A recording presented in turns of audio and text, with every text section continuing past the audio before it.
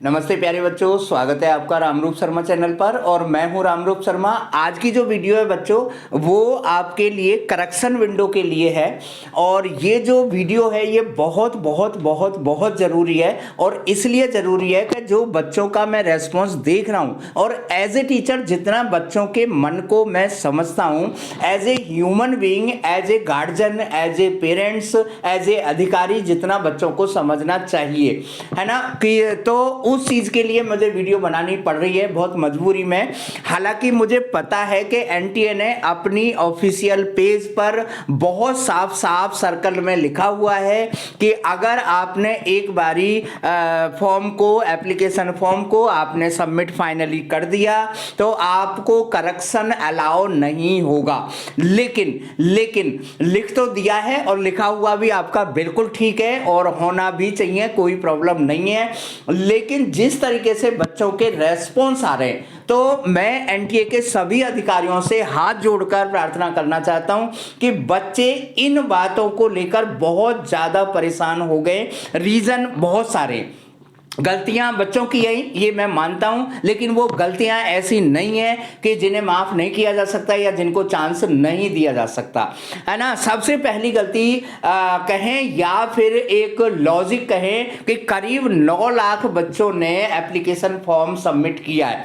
तो ऐसा पॉसिबल बहुत मुश्किल है कि 9 लाख में से 9 लाख बच्चे एप्लीकेशन फॉर्म में कोई भी गलती ना करें। दूसरी बात ये है कि अब की बारी जो ईडब्ल्यूएस जनरल का जो सर्टिफिकेट अपलोड करना था, उसमें भी थोड़ा सा लॉजिक था कि वो सर्टिफिकेट 1/1/2022 को या उसके बाद में होना चाहिए, जबकि नॉर्मली ऐसा होता है कि फाइनेंशियल ईयर का ये सर्टिफिकेट होता है। तीसरी जो बात है, सेम जो चीज है वो ईडब्ल्यूएस के साथ जो भी कंडीशन है, सेम कंडीशन ओबीसी एनसीएल के साथ में।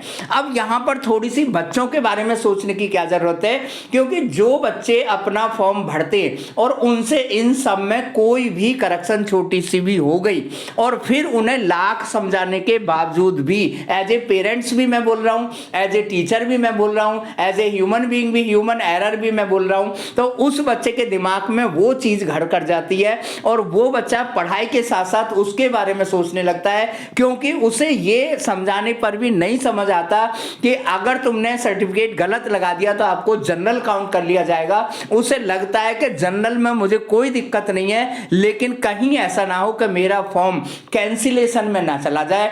तो क्योंकि कैंसिलेशन जो शब्द है वो इस एप्लीकेशन फॉर्म में 2-3 जगह दिया हुआ है, तो इसलिए मैं बच्चों आप लोगों से ये रिक्वेस्ट करना चाहता हूं कि ज्यादा से ज्यादा बच्चे जो इनका ऑफिशियल मेल है, यानी कि jemails@nta.ac.in, इस पर मेल जरूर करें जिस भी बच्चे को करेक्शन की जरूरत है। जायज है, हालांकि एनटीए का हमें बहुत थैंकफुल होना चाहिए कि उन्होंने 5 दिन, कुछ बच्चे रह गए थे तो 5 दिन जो है दे दिए। हालांकि 5 दिन बहुत ज्यादा है, 5 दिन की जरूरत नहीं थी, लेकिन मैं ये सोच रहा था कि इन 5 दिनों में से अगर 2 ही दिन दिए जाते और 2 दिन करेक्शन के लिए दे दिए जाते, तो मुझे ऐसा लगता है कि 100 नहीं हजारों बच्चे ऐसे हैं जो छोटी छोटी बातों के लिए परेशान हैं। तो कृपा करके ज्यादा से ज्यादा बच्चे इस मेल पर मेल करें। और मुझे ऐसा लगता है कि हमारे जो धर्मेंद्र प्रधान है या एनटीए जो के ऑफिशियल्स हैं, वो इस बात को अच्छी तरीके से समझेंगे, सोचेंगे और इस बात को हमें स्वीकार करने में कोई भी दिक्कत नहीं है कि उनकी ऑफिशियल वेबसाइट पर अभी भी ओपन करते ही ये सर्कुलर, ये मैसेज, ये स्टेटमेंट लिखा हुआ है कि once you have submitted your application finally, है ना, you are not allowed to correct anything. लेकिन बच्चों के बारे में सोचा जा सकता है, क्योंकि बच्चे रिजेक्शन और जनरल में जाने में थोड़ी सी दिक्कत में आ गए बच्चों। तो इस बात के लिए ज्यादा से ज्यादा मेल करें और एनटीए से मेरी रिक्वेस्ट है कि अगर वहां तक पहुंचे ये बात, तो 1 या 2 दिन के लिए बच्चों को ये मौका जरूर देना चाहिए। और जो करेक्शन है वो ज्यादातर या तो बच्चों की तरफ से जो मेरे पास में मैसेज आए, या तो सरनेम में है या स्पेलिंग में है या डेट ऑफ बर्थ में है, और खास तौर पे जो करेक्शन है वो अपलोडिंग में है। ईडब्ल्यूएस का सर्टिफिकेट और ओबीसी एनसीएल का सर्टिफिकेट, ठीक है ना। अच्छा, उसके बावजूद भी जो मार्च में ये सब चीजें आई थी और केवल मार्च का मंथ ही बच्चों के पास था ये सर्टिफिकेट बनाने के लिए, तो वो सर्टिफिकेट पूरे साल के लिए चलेगा या केवल फाइनेंशियल ईयर के लिए चलेगा? क्योंकि वहां पर 1/1/2022 तो लिखा हुआ था, लेकिन 31/3/2022 बिल्कुल भी नहीं लिखा हुआ था। तो इन चीजों को जरूर क्लियर करें और 1 या 2 दिन का मौका ये अगर दें तो बच्चों को बहुत सहूलियत होगी। हालांकि जो पोस्टपोनमेंट का जो चल रहा है, मैं तो कह रहा हूं पोस्टपोनमेंट आपको नहीं कराना तो मत कराओ, पर कम से कम ये चीज जरूर कर दें। अगर सेकंड अटेम्प्ट आप जैसे भी कराएं, क्योंकि मुझे ऐसा लगता है कि जो नेशनल एजुकेशन पॉलिसी है उस पर काम चल रहा है और इस काम को पूरी तरीके से लपेटा जा रहा है, यानी कि ऐसा नहीं करना चाहिए। ये वो बच्चे हैं जिन्होंने लगातार मेहनत की है, सभी बच्चों की तरह मेहनत कर रहे हैं, तो यहां पर जो है और सेकंड अटेम्प्ट और फर्स्ट अटेम्प्ट में गैप नहीं है।